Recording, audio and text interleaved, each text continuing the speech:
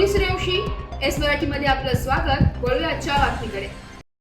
परवानगीशिवाय अनधिकृत बॅनर लावाल तर होणार गुन्हा, नगरपालिकेने दिले आदेश।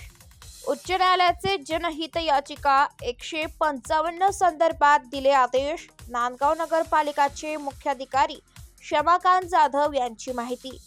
आज दिनांक 29/1/2025 रोजी नांदगाव पोलीस स्टेशन येथे नांदगाव नगर परिषद मुख्याधिकारी श्री शमाकांत जाधव व पोलीस निरीक्षक श्री प्रीतम चौधरी यांच्या अध्यक्षतेखाली शहरातील अनधिकृत बॅनर व होर्डिंग संदर्भात बैठक घेण्यात आली आहे। यावेळी माननीय उच्च न्यायालयाने जनहित याचिका 155 संदर्भात दिलेल्या आदेशानुसार नगर परिषदेने केलेल्या मानक कार्यवाहीबाबत सर्वांना अवगत करण्यात आले।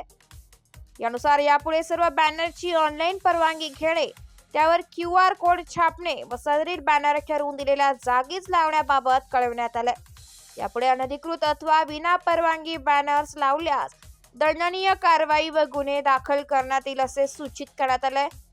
यावेळी सार्वजनिक बांधकाम अभियंता श्री राहुल जोळके, नगर परिषद प्रशासकीय अधिकारी राहुल कुटे, कर निरीक्षक प्रमोद पवार, दीपक वाघमारे, दत्ता सोनवणे तसेच सर्व राजकीय पक्षांचे अध्यक्ष, पत्रकार बंधू, बॅनर व्यावसायिक व सामाजिक कार्यकर्ते उपस्थित होते। आज पोलीस निरीक्षक व मनमाड नगर नांदगाव नगरपालिकेमार्फत 155 EIL 2021 च्या कारवाईबाबत पोलीस स्टेशन व नांदगाव नगरपालिकेमध्ये संयुक्त बैठक झाली।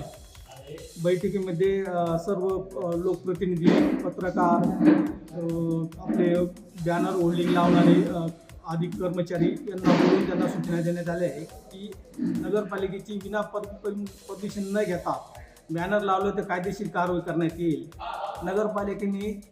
नगरपालिका हद्दीत 8 ठिकाणी जागा निश्चित करण्यात आलेली आहे।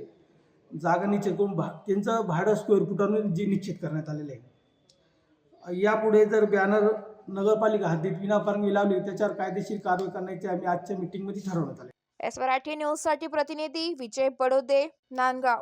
अशाच नवीन ताज्या घडामोडी जाणून घेण्यासाठी आमच्या एस मराठी न्यूज चॅनलला लाईक करा, शेअर करा, सबस्क्राईब करा आणि बेल आयकॉनला क्लिक करायला विसरू नका।